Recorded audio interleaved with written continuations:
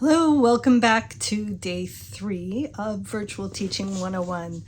I really hope you've enjoyed this series and that you are getting the idea that it's really not as hard as you thought it is. It's a beautiful, fabulous way to build a business, build income, doing the thing you love, because we're makers, we're artists, we're crafters, we're creators, and we need to be doing those things. We need to be making things. And building a business on that is fantastic. It is work. It is work. Anything worth doing is worth doing the work for, right?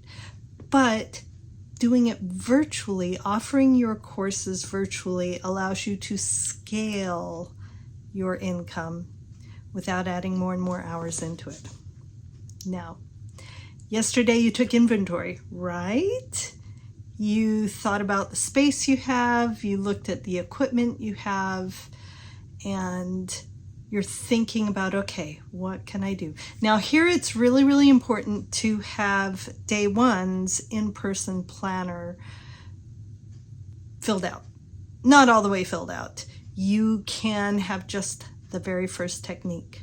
I am a huge fan of starting where you are and not trying to do the whole thing all at once. Just one technique. Once you start, once you begin, then the process starts coming. If you wait till you know everything you're going to do before you even start, it's going to be a while. It's going to be a long time. I'll tell you a funny secret. I have a hard time with deadlines. I am not the best at getting things done on time. I have so many ideas up here, and actually making them happen, it just doesn't happen very easily. So when I want to make a new class, often what I will do, because the idea's been in my head for a while, is I will create the project, create at least a sample photo, make a really, really gorgeous photo, decide if it's going to be live or on demand.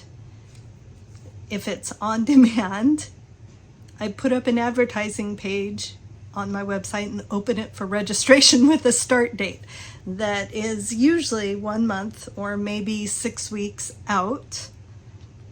And I let people register. And then I know I have to deliver. I have to get the lessons up. And often the first time I run through an on-demand course, the lessons are opening 1 day or 1 week at a time. And often I'm getting them up right before the deadline. But it forces me to do it. Now, I've also put together live virtual workshops by agreeing to teach it for an organization. And then I have to put it together. I know what my deadline is. I've looked at my schedule, and I have to stick hard to my schedule of I need to film this tutorial ahead of time. I need to have these supplies ready ahead of time. If I'm selling kits, I need to have those sourced and put together in the States at least 2 weeks ahead of time. I require people to buy kits 2 weeks ahead to account for any weird shipping stuff that goes on. So again, it's okay to start where you are. It's okay to start before you think you're ready. So go back to your in-person planner, fill out one technique. What's the easiest class? What is the first thing you need to do? Now, because you have that planner filled out, you're ready now to go ahead. Just that one technique. So with today's PDF, you've got it printed out, right? You've thought about which of your in-person workshops will be easiest to create. If you already teach in person, you've got this. You already have supplies, you know what you need to say for the first workshop. If you have not ever taught anything before, start super easy. Maybe make a 5-minute free tutorial for YouTube or your website on a thing that you love to do. It doesn't matter what it is. So just start. Do a small thing first. Test the waters. Get it out there. Okay, now you need to make a decision. You need to split and decide which direction you're going to head because the road is forked. Do you want to head towards a live virtual workshop? Or do you want to start with pre-recorded content? And that content can be delivered as part of an on-demand course or free education on social media, YouTube, your website, whatever. So those two things are a little bit different. If you are offering live courses, you need to start working on Zoom. You need to practice. That's kind of at the end of this workbook. Who are you going to practice with? In fact, skip to the end right now and write down 3 names off the top of your head that you can invite for a beta testing Zoom class that you can get on for half an hour. And you can teach them this thing, but ask them to give you a lot of feedback. Ask them to tell you, ask them, is the lighting okay? Can you see what I'm doing? Is my camera in a good position? Practice switching cameras, practice doing all the things you need for a live Zoom class. Now think in your head, if most of my class is here and I have to go way over there for another part, or if the thing I'm going to show them is loud, or hard to get the viewing camera in the right place while it's attached to your computer, you might want to pre-record those bits, right? Think about it. That's for live Zoom. Now, if you're going on demand, you are pre-recording everything, right? So again, go back to the last lesson, set up your equipment, figure out what space you need. Okay. So that's what format. If you are going on demand, you have so many choices. If you were doing a short video workshop or free education, again, social media, YouTube, your website. These are great places to post. Don't forget to ask your audience to come see more, to come experience the full course. Tell them, if you're on social media and you're giving them little clips, tease that you're building, this is part of a class you're building, and you're really excited about this technique. Okay, if you are going full on demand course, there are so many platforms that you need to consider. So, and there's different kinds of platforms. You can get plugins, and we talked about this a little bit. You can get plugins to put into a WordPress website. You're going to need the technical know-how, probably a bigger server to host all the videos and all that kind of jazz. Okay, there's that. There are places that will host everything for you. There's Skillshare, there's Craftsy, there's Creative Spark for quilters, Udemy. I can't even think of all the other ones. But all of those places, you create the class and then turn it over to somebody else and they host it on their platform. They do marketing, they take care of all the students, and usually you get a percentage of what they do. And a lot of it's different with all of them. Some of them will bring you into the studio and film and edit everything for you. If that's what you're going for, put together some test videos, put together a prospectus, put together a proposal that you can start sending out and show them, yes, I'm a teacher, you really want this. Also do some research and see if those places are already flooded with the same kind of thing you teach. But again, there's room for everybody. Doesn't hurt to try. In fact, if you try, you're 10 steps ahead of the person who's still sitting on the couch, right? Go ahead and try. And then there are the online platforms where you own it yourself. You're renting space on their structure. It's called a platform for a reason, right? And you need to plug in your PayPal or your Stripe system, so get those set up.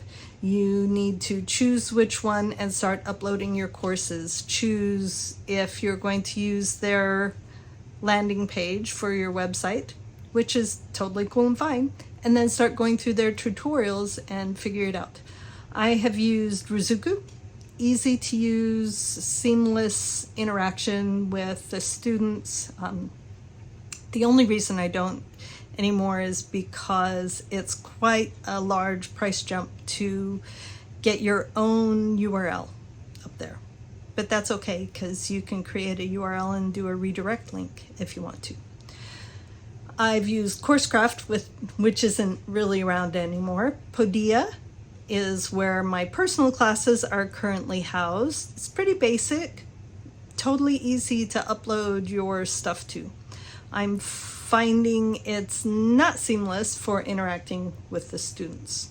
Like, I cannot get on the lesson and then see the comments in the lesson and reply to them there. I see the comments all by themselves without the lesson and reply to them. And that can be totally easy, right? But I have a lot of classes, and the comments I get don't always tell me what class it's coming from. So I have to guess. Anyway, it's also super inexpensive, again, super easy to use. I am also a huge fan right now of Zenler. That's the platform that you're listening to this class on right now. It is infinitely customizable. You can build a full website, add as many pages as you want, but then it also has the structure where you can easily put your courses into the lessons and run them that way. I highly recommend it. I'll put a link for it down. And again, I really encourage you and everybody else, use affiliate links if they're available. So this Zenler link is an affiliate link. You don't pay anymore, but the Academy Scholarship Fund gets a kickback for their masterclass. They get a percentage if you subscribe to the platform, and you can subscribe and not pay anything yet and build your first class, and then when you're ready to pay, you can start a yearly subscription. But then the Academy gets a kickback, a percentage of that, and again, I put it straight into the Masterclass Scholarship Fund. So think about all the platforms. Okay. Now think about ways to scale this. Now, if you've got an on-demand class that you are not constantly interacting with the students, that kind of eventually lives on its own, you just have to keep reminding people it's there. You can put it in your newsletter, you can reference it in your social media, and as you advertise it, people sign up, and that's it. You're making money without more hours from yourself. Often for the first year an on-demand course is up, I go in and tweak it and make it better. As students ask questions, you kind of figure out which things you need to improve in your lesson, and you just go back and do that, and eventually it kind of runs on its own. If it is Zoom courses, how are you going to get the word out? Who are the people who are going to hire you? We've already talked about your ideal person, your ideal audience. So how are you going to reach them? So go where they are. If you're going to teach for knitting and crochet guilds or quilt guilds or art guilds, put together your landing page, your website. Make sure there's gorgeous pictures that show how wonderful you are, gorgeous pictures of your thing that you teach, right? Big, gorgeous pictures. In fact, even if you do a whole bunch of things in one class, don't take a picture of all the things. Take one really gorgeous close-up to draw them in. And then start sending out emails. I know in the quilt guild world that program chairs who are charged with finding teachers to bring in are so happy when you do some of their work for them. Reach out to them. Look up the guild's emails on their websites. They'll have contact information. Contact them. Send an email with a link to your website and say, hey, I'm offering this live virtual class. I do it on Zoom. It's this kind of thing. I think you'd love it. It's great. So you can do it. You can really do it. What are other ways that you can tie in income? Again, you can film a live virtual class and then turn it into an on-demand class, host it somewhere and charge access for it. You can use your on-demand classes to advertise your other on-demand classes or your products, right? Do you have products? Do you sell inventory? Do you have publications? How can they tie in with what you're teaching? How can you add advertisements? How can you use the things to show the people how great they are and how much they'll love them, and include links for people to buy those things? Now, a lot of the on-demand course platforms are really great and do so many things, but almost none of them sell physical products well at all. None of them are set up for that. So you'll need another avenue for that, whether it's a link to an Etsy shop or your website that just has embedded PayPal buttons, or I have a Shopify site that's just linked to my website. So whatever works. Okay. Now it's time to pull out your virtual workshop planner. Let's take a look at it. So it's not too hard, right?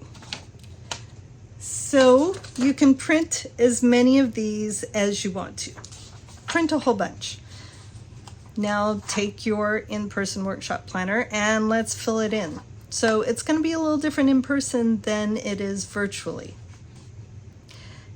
What's the title of that thing? What is the space you actually need? If you are filming this all in your own space, what space is needed? Clear it out. Take pictures of that space, just regular pictures with your phone camera, and then look at all the corners of that picture. Is there clutter in the picture? Are there harsh shadows? How can you make just that small space look nice, right? Okay, what is the best viewpoint? This translates into where are you going to put your camera? Are you going to put your camera on a swing arm in front of you? Now, if it's attached to the table and you have a sewing machine or something that moves all the time, it's not so good. You have to have it nice and stable. That's one reason I kind of don't recommend gooseneck phone holders, because they're bouncy. I haven't been able to not be bouncy with the one I tried out. Or is the camera going to need to be overhead? Overhead is great. How are you going to capture sound? Most of the time, your sound is just fine. You're probably close enough to your camera that you don't need a microphone at all. Test it and see. Take a little bit of a video, listen to yourself talking, and see if it's clear enough. Kind of ignore the sound of your voice, because that freaks everybody out until you really get used to it. And you'll get used to it. Your voice is fine. People like your voice. Okay, record ahead. That means go. Get out all your supplies, get the things you need, have them organized around you, put your camera there, and click record and practice and do it. Now, it's not going to be perfect, but when you're teaching in just like that, when you're teaching in person, does every sentence flow super smoothly out of your mouth? Probably not. So don't worry about it. Your students will love it if you're real. Okay? Be real with them. Don't worry about being the polished professional movie star. Doesn't exist. They'll be fine. What they're really caring about is what you're teaching. Are you getting the information across? Oh, record ahead? That means go, but it also means pre-record what the thing you're doing is. That's what we're talking about. There are other ways to do this. If you never want your face on camera, don't put your face on camera. Just put your hands. Or do a slideshow. Do you know how to use Keynote or PowerPoint? Can you take really, really good slides and put them up, share your screen via Zoom, or record it as you talk over it? Still photos can be just as good. And again, once you know what you're showing and where your camera needs to be, that will dictate what kind of equipment you need. Or can you MacGyver stuff you already have around to get your camera where you need it. Really, you can. It's not that hard, and you don't need all the big fancy stuff. One thing I left off of this that should probably be on it is look at the lighting too. You need good lighting. Look at the room that you're in and see if the ambient lighting is good. At what time of day. If it's super bright, maybe you need to pin a piece of white cloth over the window so that it's diffuse. So no harsh shadows. You don't want shadows hiding the thing that you're trying to do. Okay, go do it. Go fill it out. Go make a plan. Just one part. Just the very first part of your class. Or just a really short 2 or 3 minute video. Plan it out with your virtual workshop planner. I'll be here. You can come back in a minute. Put it on pause.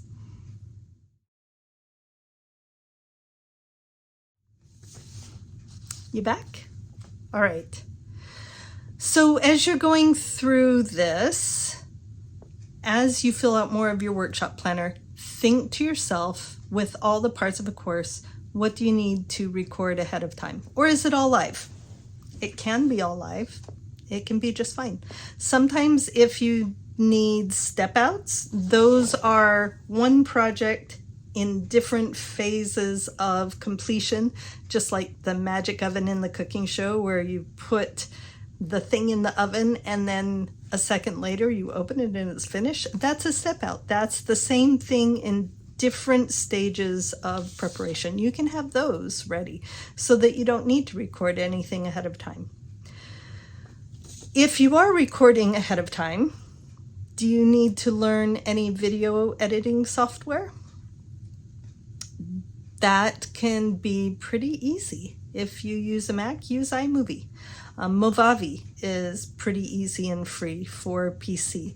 And if you're doing it all on a phone or a device, use VLLO right on your device.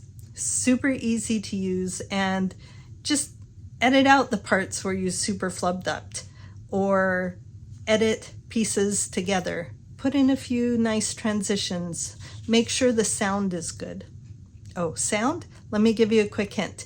If you're going to put in extra sounds like music, don't put them when you're talking.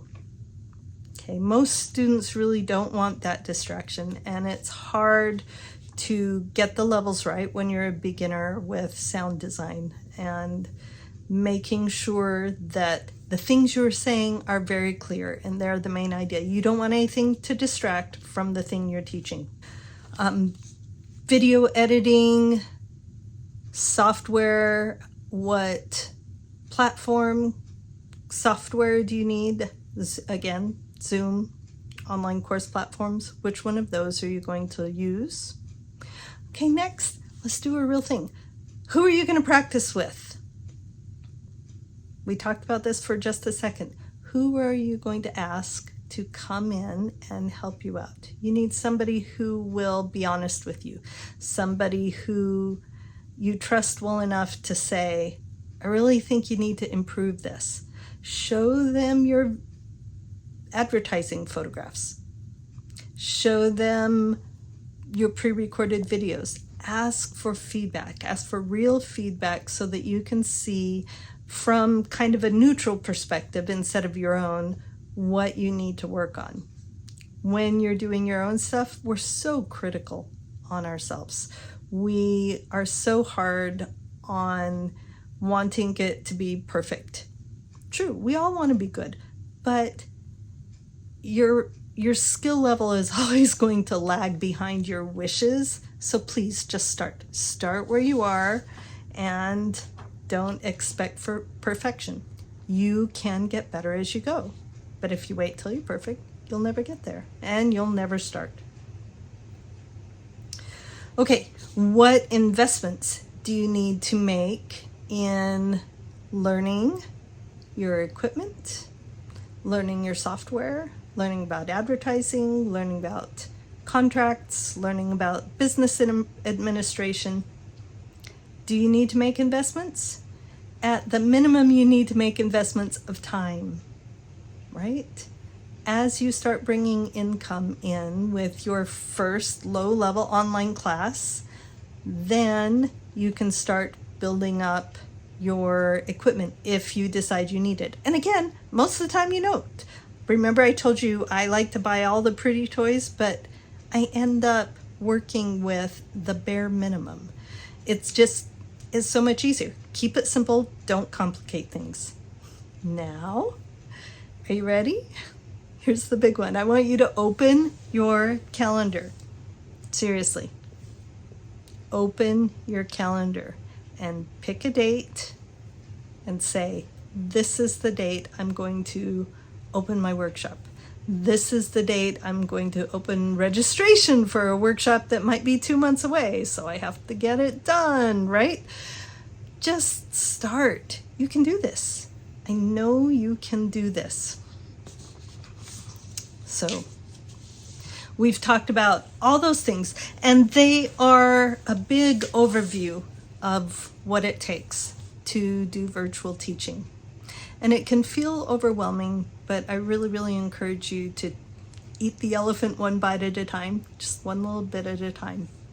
Now I'm going to take a minute or two to tell you more about the Academy for Virtual Teaching. I really hope you'll stick with me.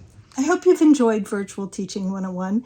Don't forget to attend one of our upcoming question and answer sessions. If you can't make it, don't worry. Write your questions down in the comments below. I'll answer them, and the Q&As are recorded. You can come back and listen to them anytime. This class stays up all the time in Academy. You're already here. You're already a member, so you can come back to it anytime you want to.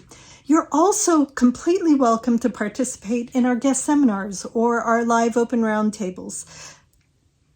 Click on the discussion and ask any other questions of your colleagues that you have. This resource is available to you ongoing.